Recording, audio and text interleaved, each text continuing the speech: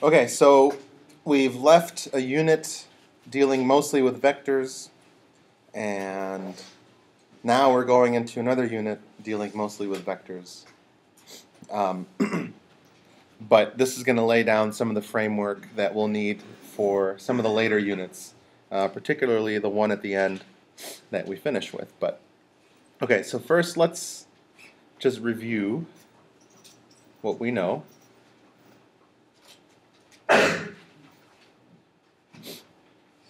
We've talked about parametric curves, and we know that if we have x equals some function f of t, y equals some other function g of t, that this defines a curve in 2 dimensions. And certainly, if we threw in a third variable, so let's say z equals h of t,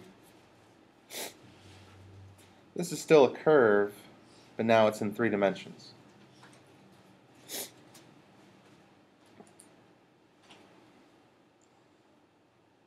Okay, and we want to think or interpret these curves as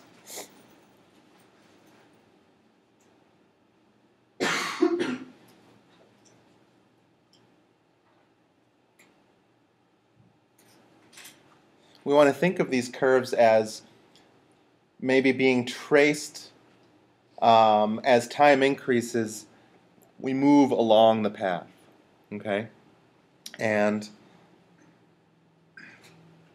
the direction of increasing parameter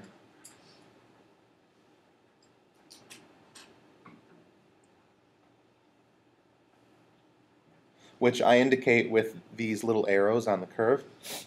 Okay, that's also called the orientation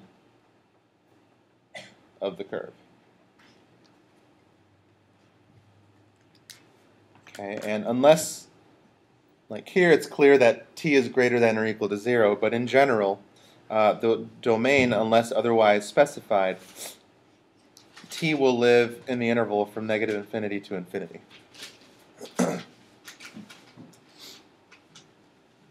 Okay.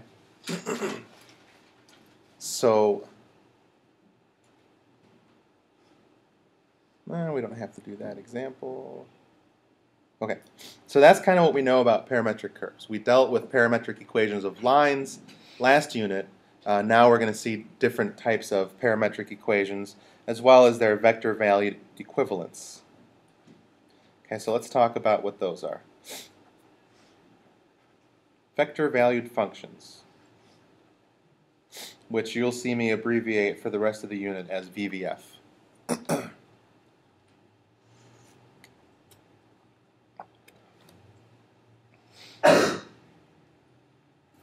There's lots of different ways to represent a vector valued function. If you see an R with a vector notation, that's a vector valued function. We could also write it as R of t, which we can also write as a vector in component form. And now the vector components will be the parametric equations that we would use for that same curve. So x of t, y of t, and then z of t. And of course, if we wrote this in ijk notation, x of ti plus y of tj plus z of tk. So all of these represent vector valued functions.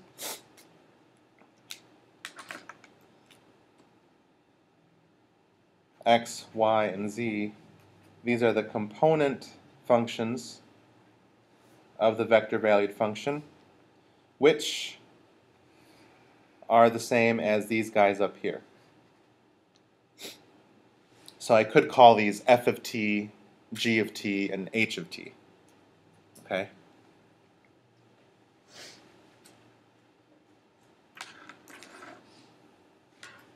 So now, for example, if I give you the function r of t equals t t squared and then t cubed.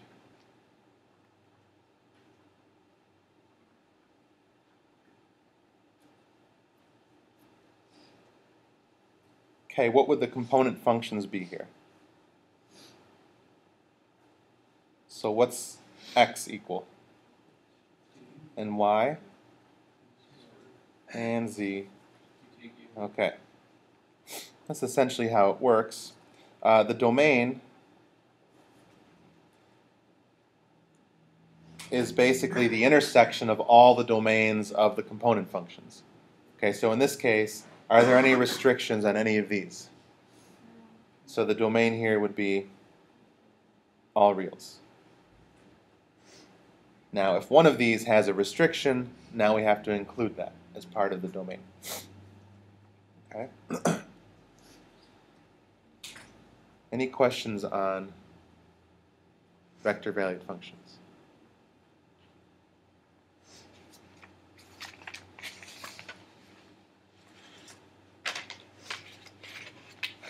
Really? None? None whatsoever. Okay. Yes, George. So is the domain kind of like the weakest link? So if one of them has a restriction, they all have to have? Yes. Okay. Absolutely. Good question. No one wants to know what the heck the graphs look like? Or what we mean by vector valued? Well, it depends on the functions, but so let's quickly talk about the graphs. Okay? What I want you to understand is that the curves represented by a parametric equation, as well as the curves represented by vector-valued functions, they're one and the same. It's just a different interpretation of how that curve is produced. Okay? For instance, with parametrics, we increase time from 0 to half to 1, and eventually we get a collection of points, and it represents a path in space, and we connect the dots, right? While with vector-valued functions, let's actually go ahead and write it out because it's kind of important. It's defined as the curve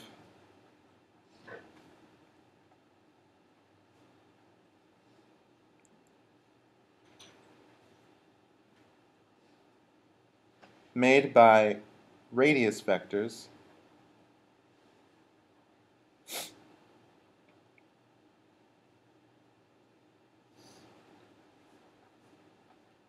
determined by the component functions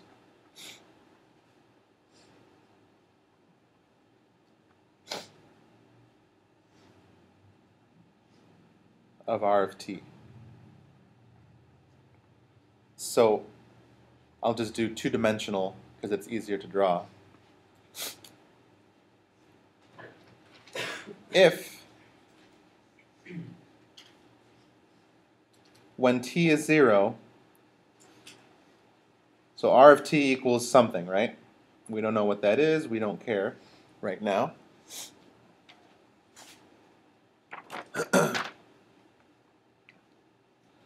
If I plug in some different time values and collect all the radius vectors there are, you're going to get,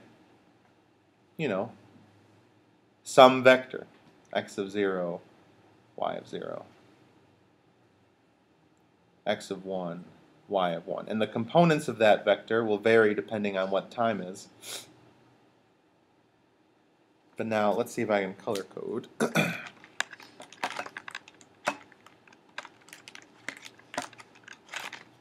So let's say I graphed R0, R1, and R2. And when I graph just this vector, here's R0. Okay? So we always position all these radius vectors at the origin. Okay? And if I graph R1, maybe that one looks something like this.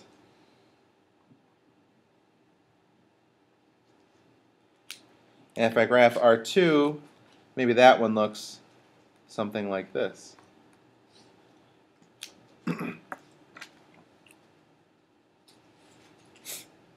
So now, And again, this is just 3 of them.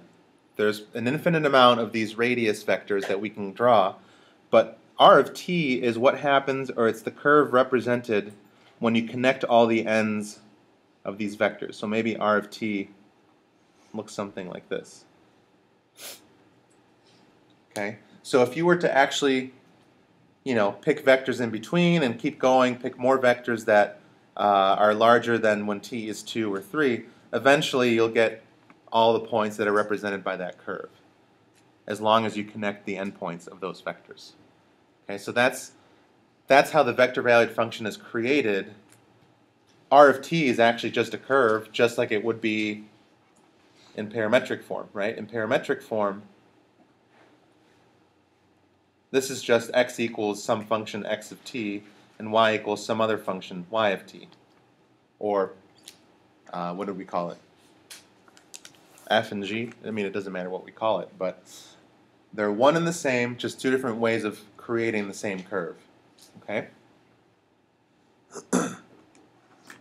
So let's try an example. What colors am I using here? Green. Okay.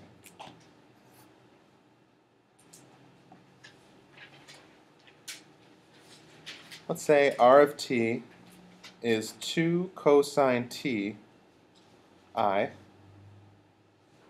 minus 3 sine tj.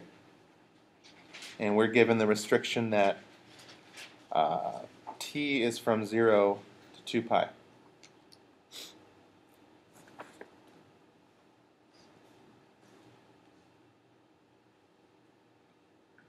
And let's say we want to sketch the graph. And I'll, just so that we can interpret everything, and corresponding radius vectors. The vectors themselves are not part of the graph, but that's how we get the graph. Okay?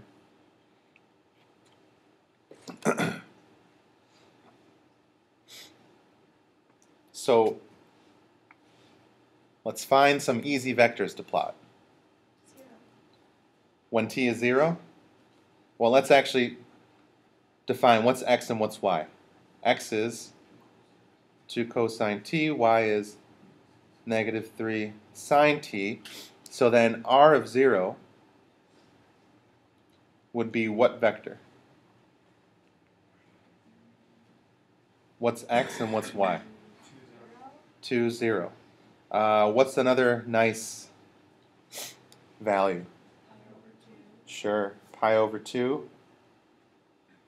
And now what vector do we get there? 0, negative 3. Let's go to pi. And I think you're going to see what's going on here. Negative 2, 0. So now let's start plotting some of these. I'll use orange for the vectors. So first one is 2, 0. The next one we have has no horizontal, but has a negative component of 3. So this is r of pi over 2. The next one has a horizontal of negative 2.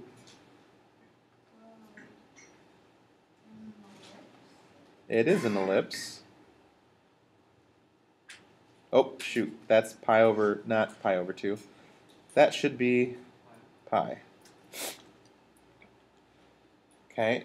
And if we keep this going, we're going to start going which direction from positive x?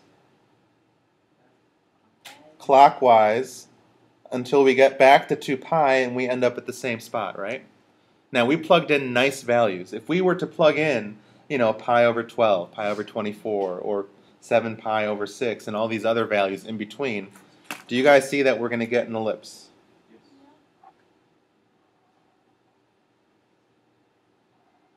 Not the very best ellipse I've drawn, but so this is the final graph of r of t. We're going clockwise. And again, there's an infinite amount of vectors that all create this curve. We're just drawing some of them, but that's how the curve is created. Okay. Now, just because we should be able to do this, what ellipse is this? So if we wanted to speak normal, X squared over 4 plus y squared over. and how do you get that?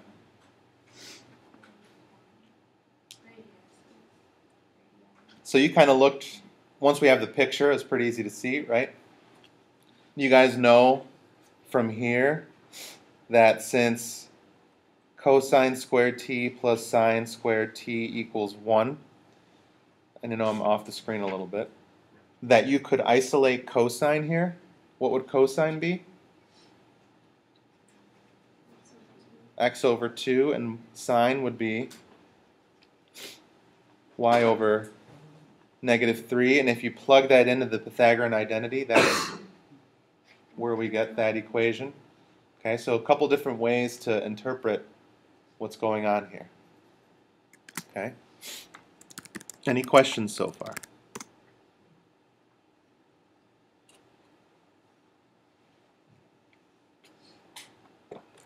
Okay, we have one more example, two more, one more, and then a conclusion that we should write down from previous knowledge. Anyone still need this?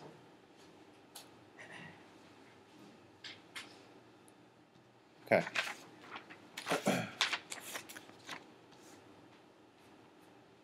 So here's another example.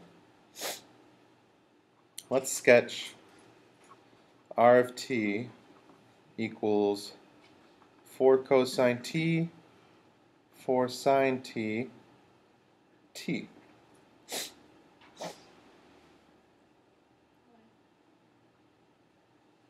If I didn't have this third dimension there, right, what would this create?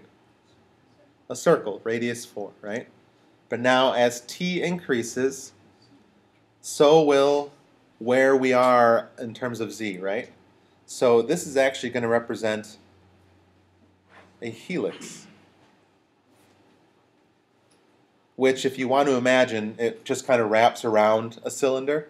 Because remember, it's not the actual cylinder itself, it's the curve that wraps around it that is the parametric curve. So if we make a table to kind of get an idea of what's going on, using some nice values again like 0, pi over 2, pi, 3 pi over 2, and 2 pi,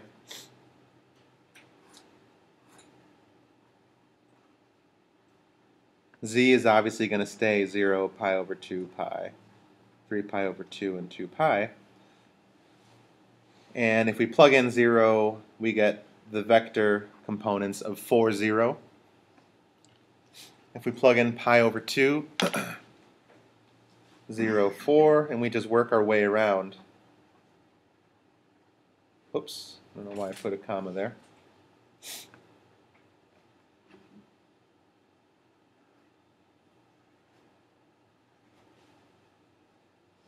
So if I kind of wanted to sketch this, 1, 2, 3, 4, we're going to start. So our first vector, which is not part of the curve but tells us where we are, is right here pointing out at us with a x component of 4, right? No y, no z component. But now as we increase t, now we're up at pi over 2, and eventually we'll be up at pi, and then 3 pi over 2, and then 2 pi. So now we're going to go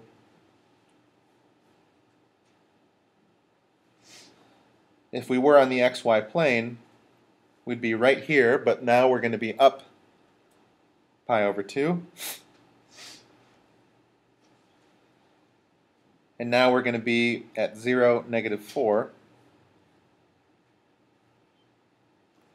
which is back this way.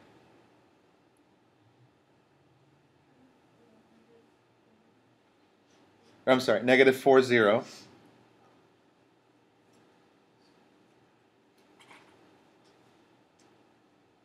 but we're going to be up at pi.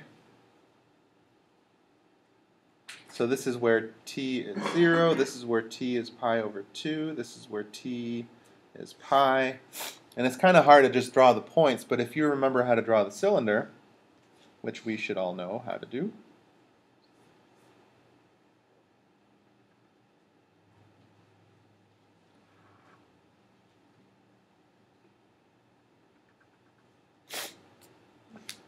this curve is essentially, forgot part of my cylinder. This curve just wraps around, right?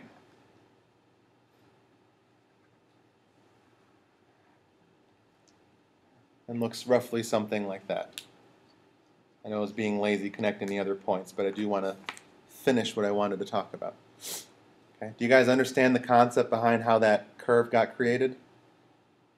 Okay, so varying vectors, we connect from origin to wherever they end, collect all those points, connect the curve. It ends up being a curve that traces a cylinder as it works its way up, which is a helix. Okay? All right. Last, and then we're done for today. All right, this is not an example. This is just something we've talked about already. It's the vector form of a line segment.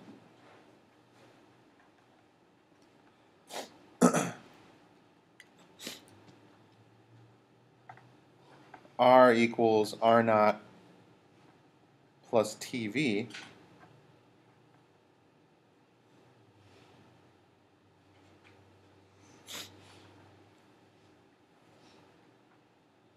Same definitions as before. V is a vector parallel to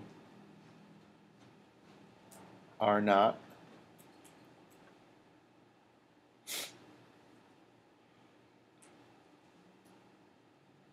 And since we're working a lot with vectors, we can also write if R naught and R1, let's say, are vectors with initial point at the origin,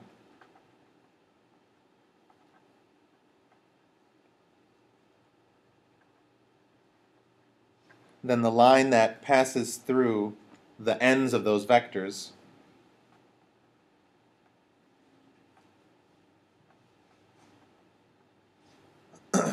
which we call their terminal points,